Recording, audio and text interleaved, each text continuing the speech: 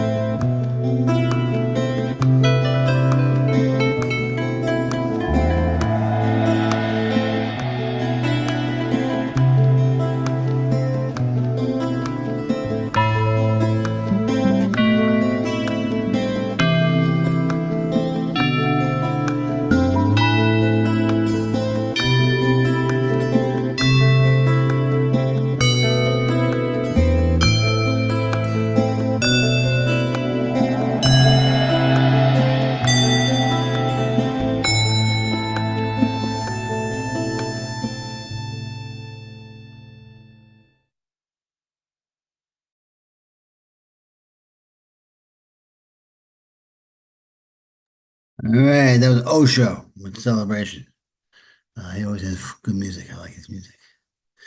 All right, so are we ready? From Anxiety to Love, a radical new approach for letting go of fear and finding lasting peace. I like this because not only is this a radical new approach, perhaps this is not totally new to us. So she's writing this not just to us, but she's writing this to anybody and everybody that might walk by this in the bookstore. And for most people, this is still a radical new approach. And this is still a new approach, perhaps for those of us who are familiar with the course, nonetheless, because it's still a very approachable approach to the course. more therapeutic perhaps than the average approach. Um, I'm ready. Whenever you are, Oz. Anything else you want to add before we start? Oh, nothing else to add. That was a cool song. Yeah, I like that music. It was very, I felt myself grooving a little. Yeah. Also So take good tunes. yeah, that was pretty cool. So yeah, I'm ready. I'm just getting the bookmark here. Cool. I think we're in chapter, she's talking about blood tests, but I thought that was, I feel like I'm just finding our bookmark. Okay. Take your And time. yeah, I have the book here in case there's something. we're on chapter 6, I think. 5 steps to handing it over. Yeah. Okay, I think I found it. There. To get out of the cycle of calling forth witnesses to fear. Yeah. Is that where you got? Well, I'm 6. I'm not sure where. Well, that's okay. I'm going to share it. Yeah. Okay.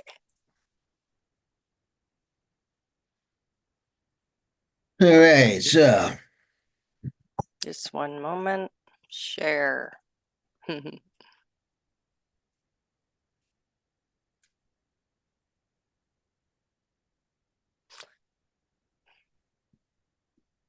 there we go. It's a good place to start too. Yeah. Just I'm going to close these. Floating. There you go. Okay. There we go. Cool. You want to start? Sure. Awesome. We didn't do this with it says mind straightening mantra. That sounds familiar. We didn't do this. Yeah, we I think she has them at the end of every Oh, she does. chapter. Every chapter. Okay, cool. Yeah, I think so. All right, I'll read this and then eventually you'll take over for the remainder. To get out of the cycle calling forth witnesses to fear, you first have to recognize that a fearful situation is coming from your split mind, even if you don't know how. You're not creating it.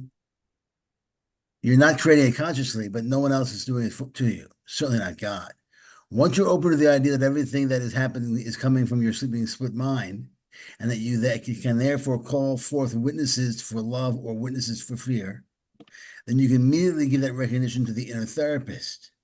Be willing to have experiences that will show you that you are part of the love, you are part of love, God. But refrain from deciding what these experiences should look like. Answers and solutions come in many forms, not necessarily in ways you expect. A witness for love may simply take the form of a feeling of inner peace. Ask and you shall receive. All right. So that example she had given was the one at the hospital, right? She had given that example of the person that was her friend was there. She they called for witness to love. She was afraid to go to the hospital. Right, yeah. She had And that fear of hospitals. yeah, and then it turned out that her friend was an old friend was there, and it passed the time much more easily. That's the kind of thing that can happen, and that's a manifestation, so to speak, but it doesn't have to be that way. It can just be a feeling of peace in a situation that you didn't expect peace.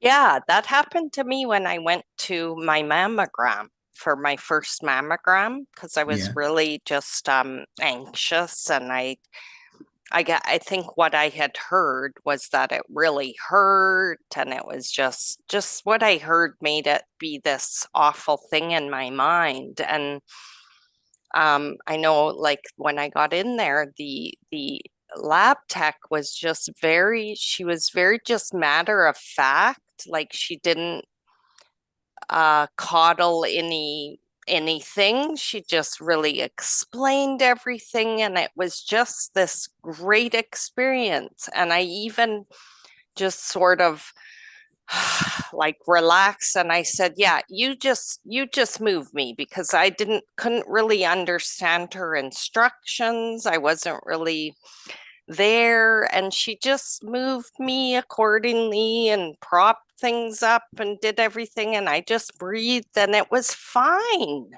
That's It good. was this beautiful experience. I left thinking, now what the heck is the big deal about any of that? Yeah. It was so funny. I'm like, wow, I really imagined that to be like the worst thing ever. Yep. And it was not. And what's great about that is that it shows that you can imagine things that are not that are negative. I mean, they don't have to necessarily come true. Yes. Yes. Sometimes your call to love, your witness to love is more powerful than your negativity, even if you don't know it.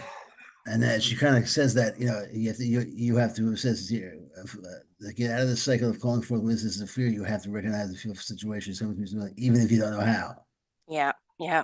Because the know how you might never know how it's going to come into fruition or what's going to come into fruition or what's going to come into manifestation. You may never know what. I mean, you may never know how. You may never know what. You just know something's coming and something good's coming. That's why when I pray, I very often say, God, please give me what I'm asking for or something beyond my imagination of what I could possibly ask for. Oh, yeah, that's a good science of mine. This or something beyond or that I haven't, thought of, because the best, the highest good for all, I usually say. Yeah, that's also a good prayer, or just give me peace of mind. So no matter what I get, it's okay. It's okay. Because in the end, that's what's going to come down to. It's going to come down to how much peace of mind we've experienced. Nice. And today's lesson kind of made that pretty clear. I want the peace of God. Oh, and yeah. And the whole lesson is hitting on that. If you want the peace of God more than anything else, it's the only thing you want, then you'll get it. I love that lesson. And I love the song that Netta does for that lesson, Netta Boyne. She does a song. Yeah, it's a beautiful lesson. Yeah, that's very good. I love that. I love how it's so easy to see examples of this. If you just give it a minute and look, you can truly see that this is what is happening. At least that's my experience. Yeah, absolutely. Well, witness for love may simply take the form of a feeling of inner peace. And that feeling comes from when you want peace, inner peace. It's that feeling from the day before, lesson 184.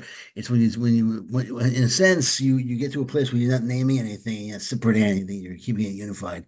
And it says that the sun becomes your peace. The sun becomes, and the sun becoming the sort of the code word for oneness as opposed to separation. Right. And so if you want that oneness more than you want the separation, then everything else falls into place. Well, yes. You want that sun more than you want that separation. You want that's your that's your focus, ultimately focused on that goal. Right. On that goal, which is there now, which is really you can't fail you won't fail.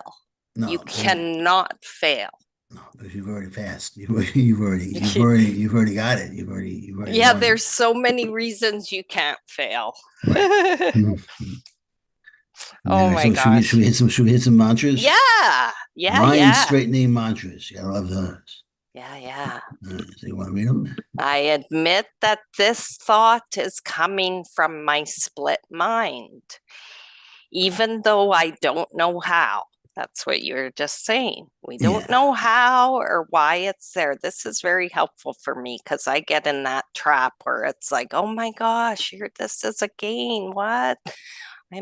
But I'm willing to look at it with my inner therapist or Holy Spirit or Source or Buddha or whatever you call it. I'm willing to look at it with my deity, however you describe that. There is no cruelty in God and none in me. From Workbook Lesson 170. Nobody is making me think these thoughts. These thoughts are coming from me. Are they coming from me or? Well, the way I look at it is that you have thoughts that you identify with as being who you are, and then okay. And so then they might as well be coming from you. I mean, they're not coming. You believe that they are you, and then they become you. That makes sense, They're right? they're your responsibility. They're no one else's responsibility. Yeah, No one's no one's gonna say that, if the thoughts kind of go by, kind of like in lesson 14 when you kind of see them go by on like a parade in yeah, front of you. So yeah, then we either can let them go, or we can say that's me, that's me, that's me, that's me, that's me. right. And That's, we tend yeah, to do the latter. We tend to say that's me, that's me, that's me, that's me, that's me.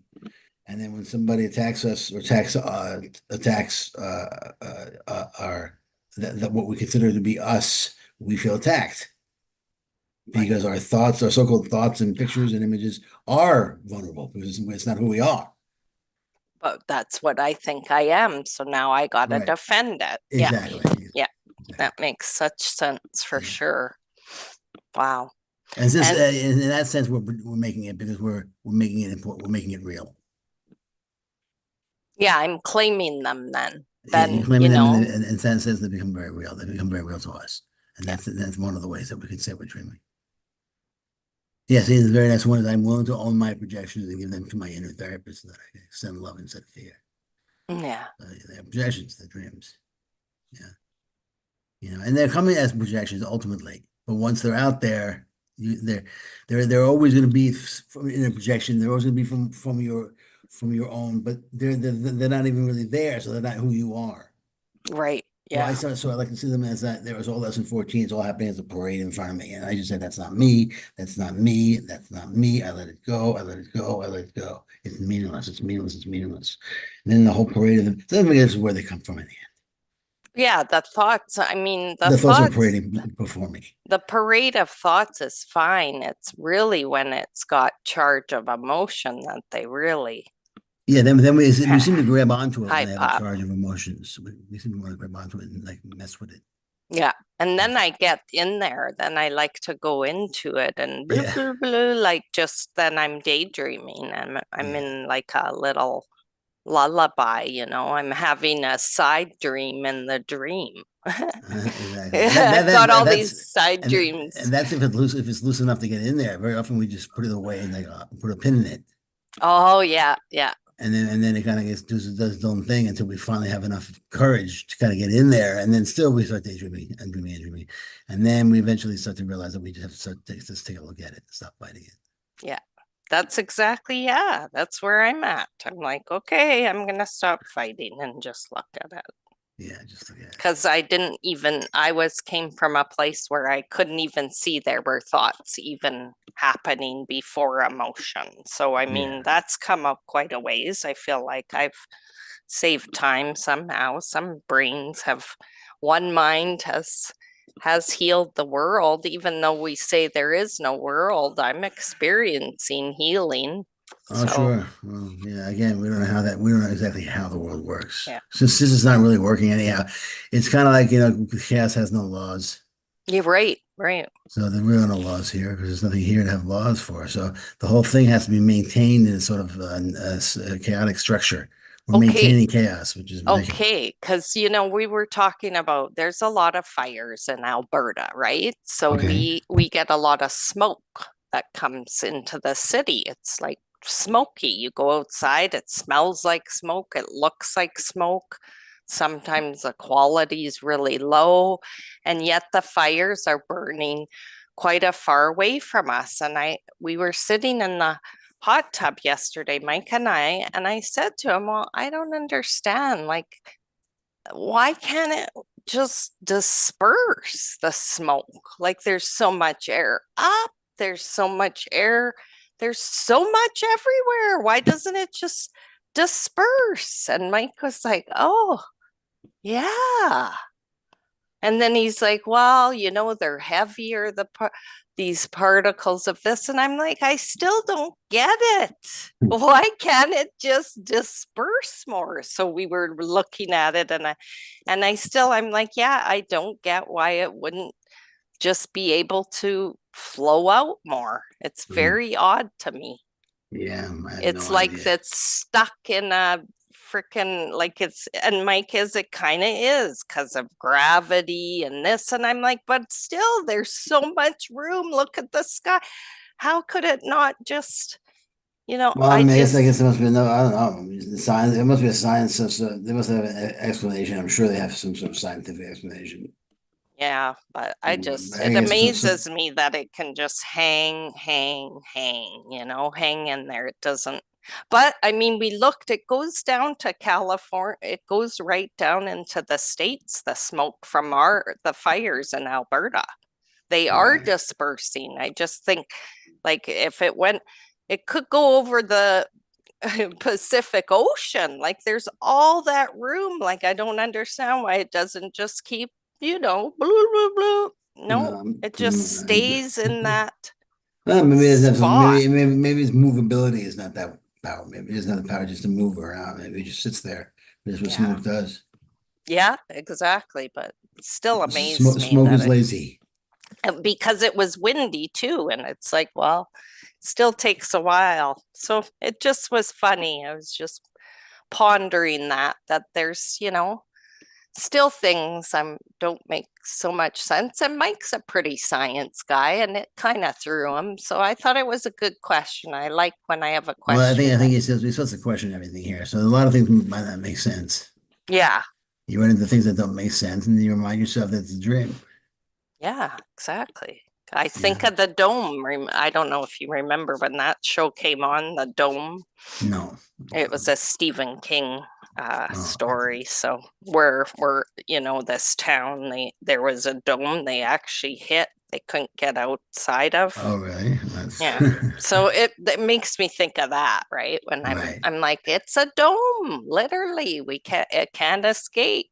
Yep. Well, that's what they used to, I'm sure that's what they used to think when they looked up in the sky. They looked like a Yeah. dome, and now it still looks like a dome, but we know Yeah. better, so we kind of see it differently. We see it, I mean, in our minds, it kind of compensates for what we think we see when we're looking at it with our eyes. Yeah. And so we put it like in that part of our minds, it's like a file that says you're not really seeing what you think you're seeing. So now when I look at the sky, I sort of magically, not magic, sort of somehow see the infinite sky. I see the large sky. I see the small stars as being big. I see it the way it really is, although I don't see it that way. That makes sense? Mm. My eyes still see the sun going around the earth. Yeah, my eyes still don't see the earth spinning around. I don't see anything differently than I did before I found out the truth about these things, but I still know immediately the earth is round. I still know immediately the sun's not really moving. You know what I mean? Yeah, right, The right. immediacy of this knowledge comes to me, so I'm not tricked ever by these things. I'm not fooled. Mm. Hmm. I don't look at the sky ever and go, oh shit, I thought it wasn't really a dome. Yeah, Yeah, it never right, right. happens. The information enables me to see the sky as infinite whenever I look at it. Nice. You Yeah, and I know, think, hey, and that's helpful because for me, that's where I was asking the question from. If the sky is infinite, why is the smoke stagnant sitting here? Right? Like, why is it right. not dispersing more? That is, Right. yeah, Well, the sky has the atmosphere and all that kind of stuff. So I mean, the cosmos, I guess, is different once you leave the Yeah, atmosphere. Uh, who was it? William Shatner when he went up that Elon Musk rocket ship. He said the scariest thing in the world was when he left the atmosphere of the Earth. He said everything yeah. was light, it was all pure light, and suddenly it was pure blackness. Really? I Yeah, because didn't. when he left Oh, the atmosphere, wow. yeah, he said it was all light. The atmosphere was all blue light, and it was beautiful. And then suddenly when they left the atmosphere, It's it was like complete absolute pitch darkness. dark. Yeah. Wow. And it was funny because it was like it was Captain Kirk and he was a Yeah, character. and he's like scared of the dark. Yeah. It was kind of funny. Oh, beam me up. Beam me up, Scotty. All Oh, right. wow. Sorry, I digressed there, but that was nice. Thank you. All right. So I am willing.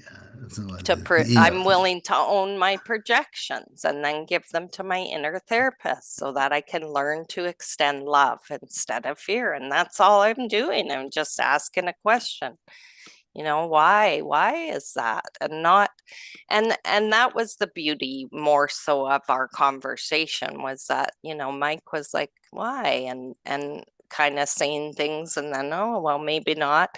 But in the past, when I would ask things and when you're I don't know. When you ask people that are already just have a lot going on and burdened and whatever, they get upset with you when because they can't answer it. So they're just like, I don't know. And I've gotten things like, you ask too many questions, Audrey, I which see. I I see. couldn't believe that because it's like, well, how do you learn anything if you don't ask? That was at Right.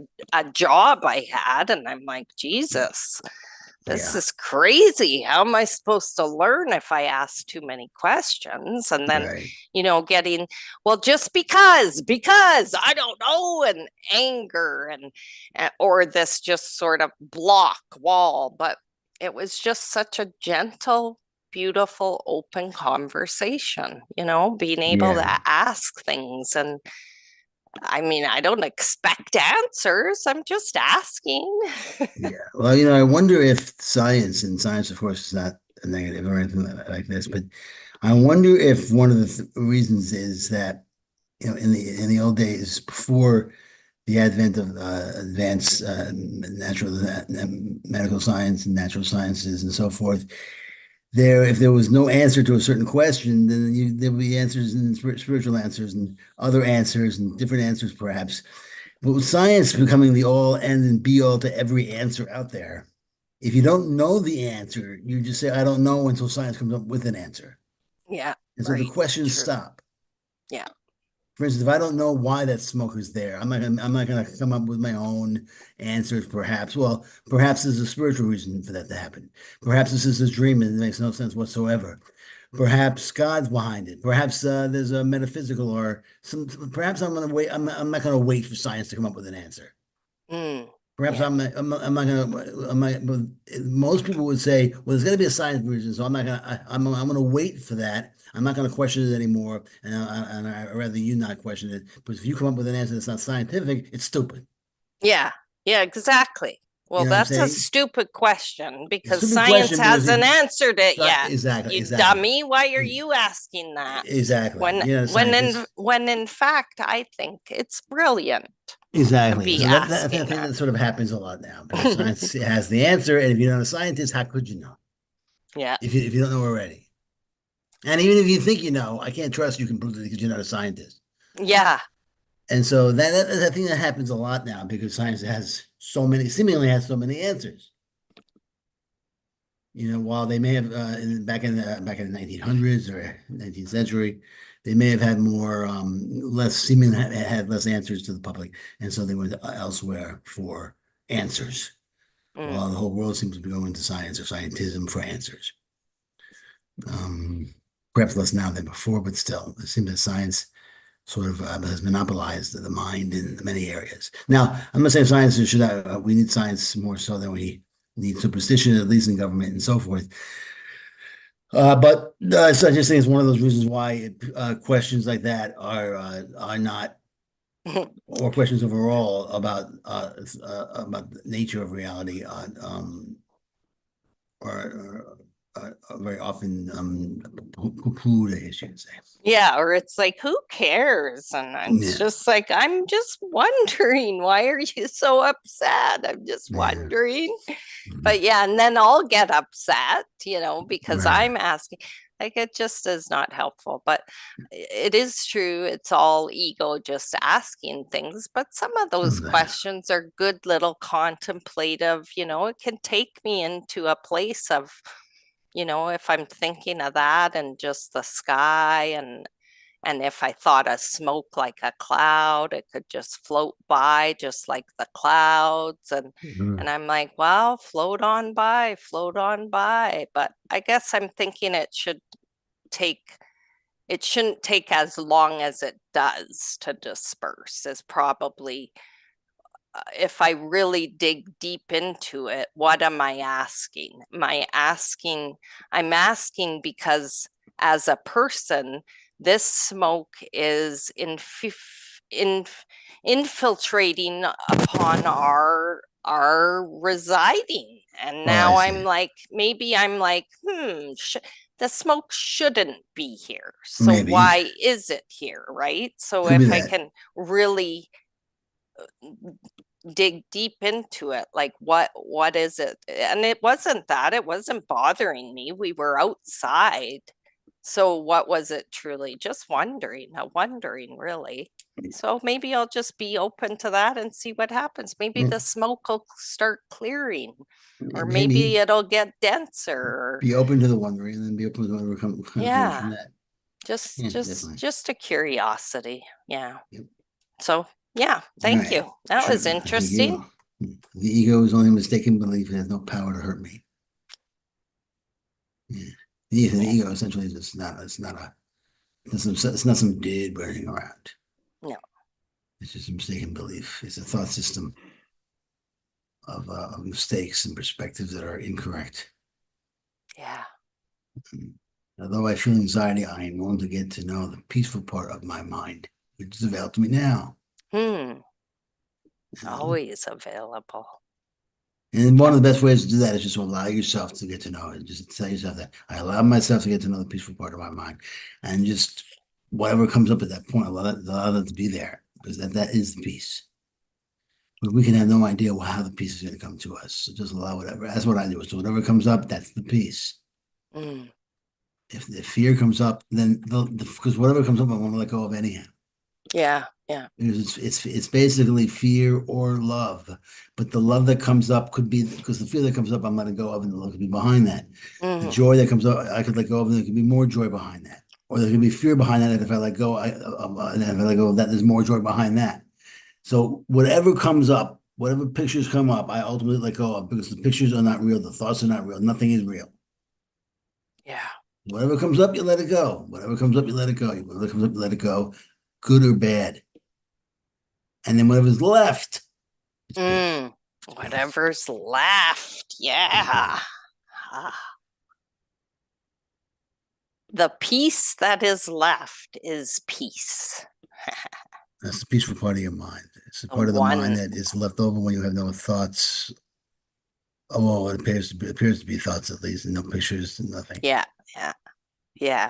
I've been in that where it's like it's almost like it feels like I don't know, like 100 years went by, and then I kind of come back and it's been 2 minutes. Or a minute only, and I feel it's this brief. I've had that before. I've had it with friends. You go away and hang out for a while. You hang, oh my God, it's only 15 minutes. It's been hours. Yeah. It's sort of like, when if you're talking to somebody, and you obviously this happens. You feel where you are. You feel you lose your train of thought. Yeah. And then suddenly you're in the moment, big time. You have no idea where you were. You have no idea what you were saying, and you find yourself totally in the moment. Yeah. And because you can't remember a damn thing. You say, what was I saying? Where am I? And now you're totally in the moment. You don't want to be. You rather know what you were saying. Yeah, but I've been learning to not. I'm so happy. I don't remember what I was saying. Exactly. That is the happiest I've been. I'm like, great. And Mike and I are a team with that.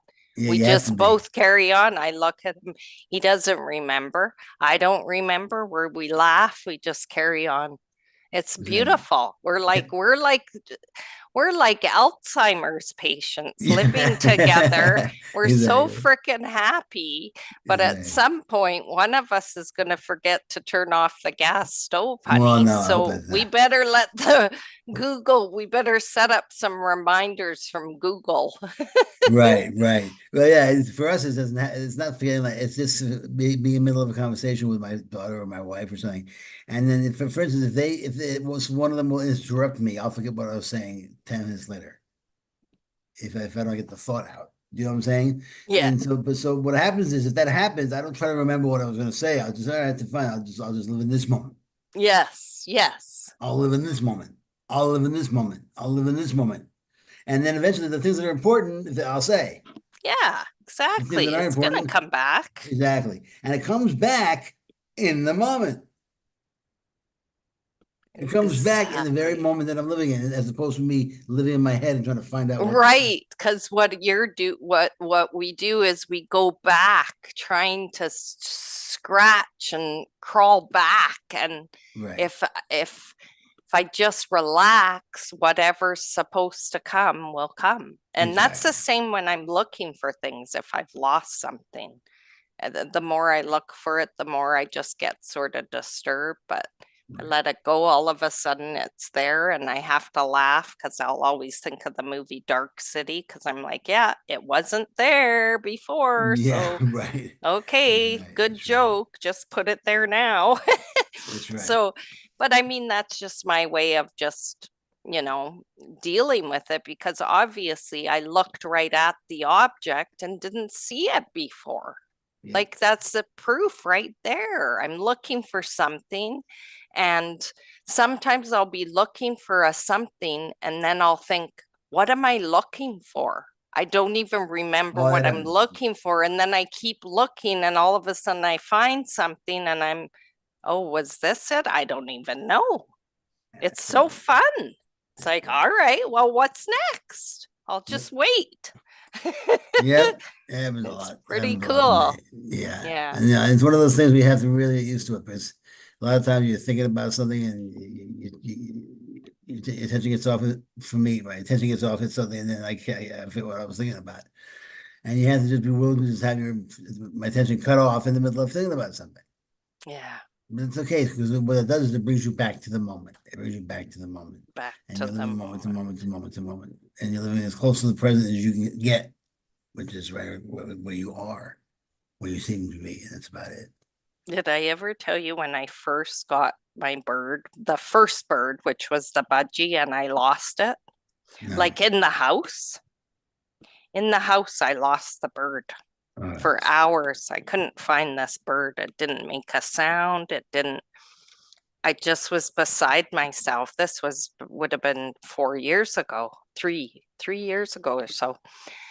And all of a sudden, I just was upstairs and I just stopped. The whole body stopped. I just took a couple breaths and I asked, where are you? And I walked into my child's bedroom and I go over to the window, and there on this big sombrero, Mexico sombrero hat, there she was. She Oh, was kind of camouflaged because it's very colorful, this sombrero. So I obviously hadn't noticed her before when I went in the room, and I was kind of looking up high. I wasn't oh, I looking see. on these objects, and there she was, just sitting there. But yeah, it was like after I got quiet, I just went to where she was. Either my brain had seen her, or, I don't know what it was that I found her. It was just connecting in, just stopping, Yeah. and Yeah, I yeah, went yeah. right to where she was. You It was can't, you amazing. say to yourself, this is the hardest thing to do is next time that happens, I said to myself, it's hard though, as you say to yourself, can I, can I stop trying to figure this out? Right.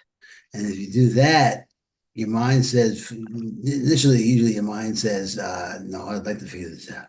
Mm-hmm. Mm-hmm. If you forget where you are, the first thing your mind wants to do, if you lose your train of thought, is Yes. to recapture it. Yes. And it's very hard because for some reason you tend to think it's much more important than it is.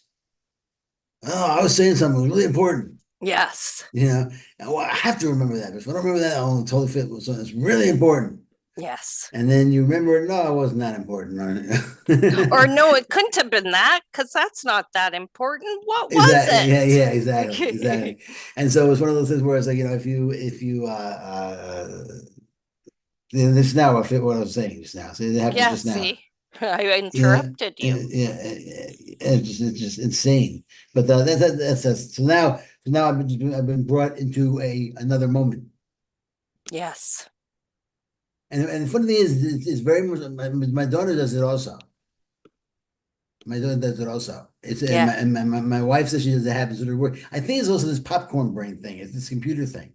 Right, right. It's people all over the country are having, I think, issues with this idea of going from thing to thing to thing to thing to thing to thing to thing. It's more of not so much a computer thing. I think it's a TikTok phenomenon. Well, and it comes from the phones and just having this constant change of Yeah, info and a change, shift. That's what it feels like. My memory is pretty good. It's not even my short-term memory. It's almost like my instant memory. Instant memory. Yeah, 'cause my short term is fine. I can Yes. remember where I put things. I remember that, and I remember like what I did last week. And I remember my long term is wonderful, and my basic short term, it's really the trains of thought that I have a hard time with. Instant. Not terribly hard time, but it's more so than I'd like. I'll forget what I'm saying. I suppose I don't have that I'd say once a day at least. I'll be in a conversation with somebody. I'll say what I'm saying. I think that's always happened. I was just thinking, has that really not always happened? And maybe Maybe we didn't notice it before because we're younger, more it could maybe in be. more groups of friends, more people It could be. talk. It's more of a boop boop boop. So you don't notice that, or someone will maybe interject in a conversation. That's how it kind of goes sometimes, Yes, for people. And then you're like, oh, I was going to say this. I wanted to say it this. could And then be. you It could forget be. and that person's there. But now we're just more noticing it. Yeah, it could be. You ever notice also for some reason, whenever you ask somebody what was I saying, they never know. Yeah. It's Well, almost some people do. Some people do. but sometimes, it's very most often. I asked somebody this once. Their theory was that most people can repeat it back from like a minute beforehand, but right up to the very moment, the very second that you're speaking, it's almost like the mind doesn't record up to that point. Like Ah, very often, like they'll say, "Well, a minute ago you were talking about this, and that, but I right. don't remember what you were speaking about 8 seconds ago." Right. And Because because it's gone almost. It's yeah, like because it's very often, nothing. what were we That's talking the about? moment is nothing. Maybe, All we're doing is doing past and future. We're just pasting. The moment is nothing. yeah. So in that moment, there's nothing being said. There's nothing really happening. So maybe that's where they're sitting. And right now, you're saying That's where nothing. we're That's where I am. sitting.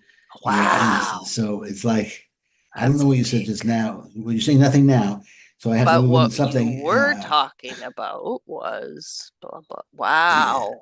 I mean, for a while, I felt bad until I heard that theory because I was like, does anyone ever listen to me? Yeah, yeah, yeah. No one ever says, "Oh, this is what you said." My daughter, she's the only one that says, one of my daughters, she always knows. She's like that. She's a real like a. Wow. Is your audio fading in and out? No, you can't hear me. Well, no, it just seems to be fading, or is it mine? No, you're clear. It's a little faded now. It's Oh, pretty it much did been then. okay. It Mine has, faded. it seems to have Hello. been fading in and out. Like you're there now, Rev Wayne. You're talking now, but it seems to come in and out. Maybe Well, when you turn how your about now head if or I speak something. louder? Oh, well, I think I know why. It seems to me that this is moving here. Hold on. Okay, how's that? Is that better? Oh, wait a minute. Well, I'll just know as you go along. It's just kind of happened throughout today. I wasn't sure if it was maybe one of my wires or it was yours, but I think it is you. So, Yeah, I have this new, but I have this new. I have a new set. I thought I have a new earphones, which is being seen as microphone, and for some reason, I guess it's not. It's not.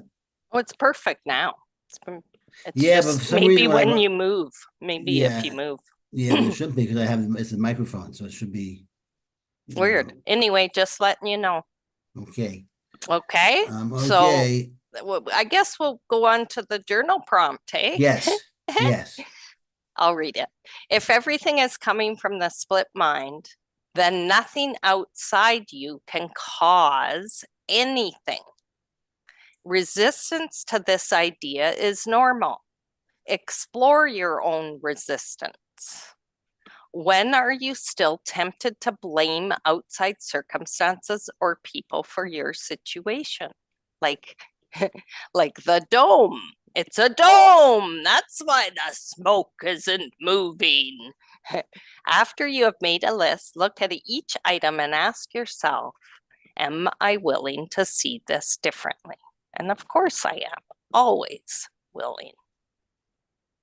It's important to be willing, but you have to be a little willing for real. I mean, it's one of the hardest things to do, I've found, is to see things differently in the middle of something. Oh, in the middle of it, for Yeah. sure. I mean, Yeah, that's the key. yeah. Because that's when you need to, for the most part, is when you want to see things differently. And not only that, you have to see things differently when usually you're in the middle of something with somebody else. Try telling Yes. somebody else to see things differently in the middle of a fight or something. Yeah, because you're, yeah.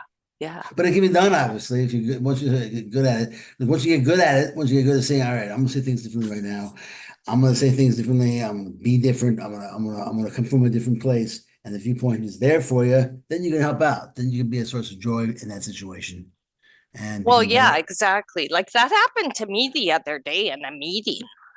Somebody said something and I was like, oh my God, like I could just feel like it was defensiveness coming up and I felt it and I was like, oh my God, like I'm like, okay, well then why am I doing this? And I just ended up, we talked about it. I even had a couple tears and I was like, oh my gosh, I feel kind of unprofessional. Like this is a meeting. And it's like, no, why is it unprofessional? This is real. It's all perfect. It's fine. We talked, there was just love and respect, and I understood why I got upset from it because I was just taking it personally, and there was nothing personal about it. But the difference was instead of me running away, stuffing it down and putting on the face and the fake people pleaser, I gotta be in the meeting and fake, I actually just allowed it. And then it just was fully there and it was okay that it was. Nobody died, nobody fired me, nothing bad happened. We just worked through it and it was over.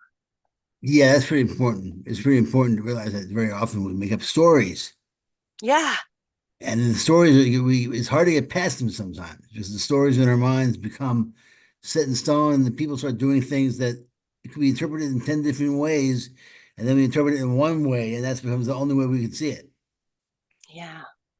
And so we start saying, all right, this is how it is, that's how it is, this is how it is. I may have a story that I'm telling myself, and then I see somebody doing something that looks like it could fit into my story pretty easily. And then I don't see the other possibilities that that person is doing. Right. Yeah. I mean, I could be walking down the street, and if I'm in a neighborhood that I feel is a threat, if I feel threatened, then everything around me could seem like a threat. Yes. Yes, It could just be that exactly. they're looking at me for other reasons. Maybe they think I'm a fun-looking guy. Yeah, maybe they're into you. Yeah, Yeah. who knows Checking why? you out. Yeah, maybe they're like, or maybe who knows what's going on. But I'll look at it in my own way, and I won't be able to get past that my head's around one story because I'm judging the situation, and that happens a lot. There's people who have other stories they tell themselves about themselves and about others, and they tell themselves one story when there could be 12,000 different stories. Oh God, infinite. And then the There's real story you want to tell infinite. people, yeah, they're worth forgiving, and it's worth forgiving and forgetting everything. It is, definitely. You know. Especially when you come from a place where, I know there's no level. We say there's no level between a murderous thought and an act of murder. Like it's all the same. But when you come from a place of, where I guess if you've been sheltered and haven't really experienced things, it seems easier to do if you don't have this huge fear coming up. Does that make sense? Yeah. Well, if you don't Yeah. Well, have, like even I think like the show Aladdin or Buddha, or when he's like in the kingdom, like doesn't even know what's going on in the outside walls of it, but then he leaves and he sees like all these people are suffering and he hadn't known any of that. right. Like you can't know something until you know it, and I think that's the value of experience and really being fully immersed in the moment. Yeah. But that's what's so hard to do because the mind is so preoccupied with its imaginings. Yeah. It's so clear. Yep. Wow. Well, if you're locked up for a while, if you lock yourself up for reasons of spiritual reasons, you can come out. See, what happens is that you don't want to come out and see the suffering and then take it and take it for something very, very real, because then you won't be able to help everybody. And Yeah, so right. if you're Right. coming out because you want to help out and you want to express love and you can do it, otherwise you might as well stay hidden. Yeah, because 'Cause you're yeah, just 'cause you're not really hiding anyway. No one's ever yeah, alone. So it's not as if you're really fragmented. If you're aware of your situation here, if you're aware of God, and you're aware of your immortality, and you're aware of your situation. But if you want to engage the sonship in bodies, and you want to engage it that way, then you just have to know how. Which is just you have to be able to express love, like we said. You have to be able to be a situation where you can help people. yeah. Express the And to love. be able to express love, you have to be able to transform your consciousness. And if you're someone who's been, for the purpose of transforming their consciousness, which isn't always easy, it might take some time. You have to change your mind about the world Yeah, and what it's yeah, for and what it's for. yes. And so he may come out and say, "All right, finally, I changed my mind about the world. I know what it's for now, so I can help these people become more attuned to their power of their mind, and that they are minds." Of our minds. Once I do that within my own, if I'm still battling and struggling with my own, if I try to go in and help others, I'm just making it worse because I'm putting my own layers of story upon story. Yeah, It's that whole going above the battleground. exactly. And then that's where I think that whole that's where it's just this subtle piece because it's not about, I think that's where if there isn't a compassion for that feeling, right? There's a depth to it because there can just be this slap on verbiage that anybody can say. But if you don't have that space, that sense, that, how if you're in a room and somebody has the space, it's sacred space that you can work through something. Like Yeah, if you're in a room where you're trying to be the one and all your families, all the families in a thing, and you're the one trying to be the one above the battleground, but you're also still battling your own family stuff along with the people. I don't think I can be helpful then because I'm not above the battleground. no. It's like you need the mediator. Yeah, Otherwise, you you need can't the see peace. past it. Yeah, you need the peace of God. The peace of God. If you have the peace of God in you, then it doesn't matter what it looks like. I mean, Yeah. you can't predict what it looks like. The peace of God is everything I want. Yes. The peace of God is my one goal, the aim of all my living here, and the end I seek, my purpose and my function and my life while I abide here. I am not where I'm not at home. And Yeah. so, as you said, it's above the battleground. So what we're doing is we're reaching down and pulling people up. Yeah. And then if you see it that way, you'll always remain above the battleground, and you're not going down in the dirt with them. It's a different type of empathy. It's the empathy of bringing Mm, up to where we are. right. Because I can, because I can go right down in there with them. And then I'm just in the story. They've got me in the story. They've pulled, well, I've pulled myself in the story, let's face it. But I'm just trying to put it in this brain of mine of how it does, how I am ineffective in those moments. I can clearly see how I am. Yeah. I'm not in that state of peace of God. I'm in persons trying to help the persons trying to fix the stories. Right. And what's funny about it is that we are, in a sense, always on that plane, on the higher plane. You remember Inception, we were always on that higher Yeah. plane. We're always there, but we're sleeping. Yeah. And we're sleeping, but we're always on that plane in Inception. We're always in the higher plane, sleeping peacefully. And when we wake up and the dreams, the dreams of the lower dreams that we're having are finally over. Mm. But right now we're sleeping and we're in that. I don't know if you ever saw Inception, but we're in, I have. yeah. So we're in the lower dreams right now. Yeah. We're like in the 10-year dream. We're also in the 5-year dream. We're in the 3-year dream. But then we're also not dreaming. I mean, I'm sorry, we're also in the 10-hour dream, which is and then we wake up more in the real world, and that's sort of what we're waiting for. We're waiting for to get back into the 10-hour dream when we wake up. Yeah. And wake up on that plane. Like, oh my God, we're in the higher plane. We're actually above the clouds. Yeah. We're In the above the plane. mountain. We're on the higher plane. Just with the little sleep medicine in us. Yeah, exactly. Then we wake up and we look at each other and we hardly know each other. We're all like friends. We never hurt each other. Nothing ever happened to each other. Yeah. When we get off that plane, everything, all our dreams are coming true.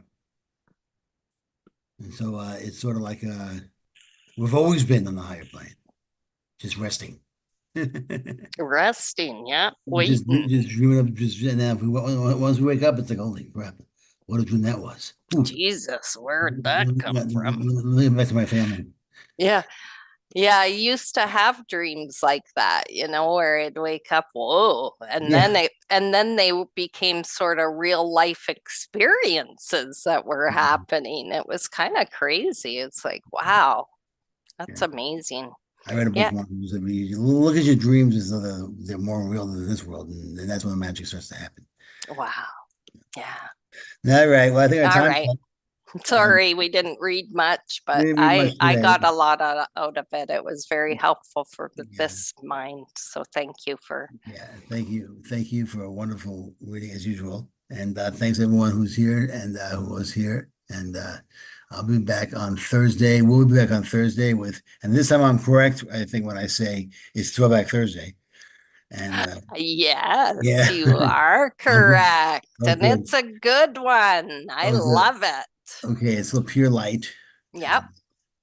And hopefully I'm really excited. hopefully we'll be helpful. And until then, everyone, thanks Audsie, thanks Dub, and thanks Lynn, and thanks everyone else who's here. And God bless you, and I love you all in peace. I love you. Thanks, you guys, both you, and I appreciate you both as well. And thank you, Corinne Zipko, for writing this great book. All right, we'll see you all Thursday. Bye.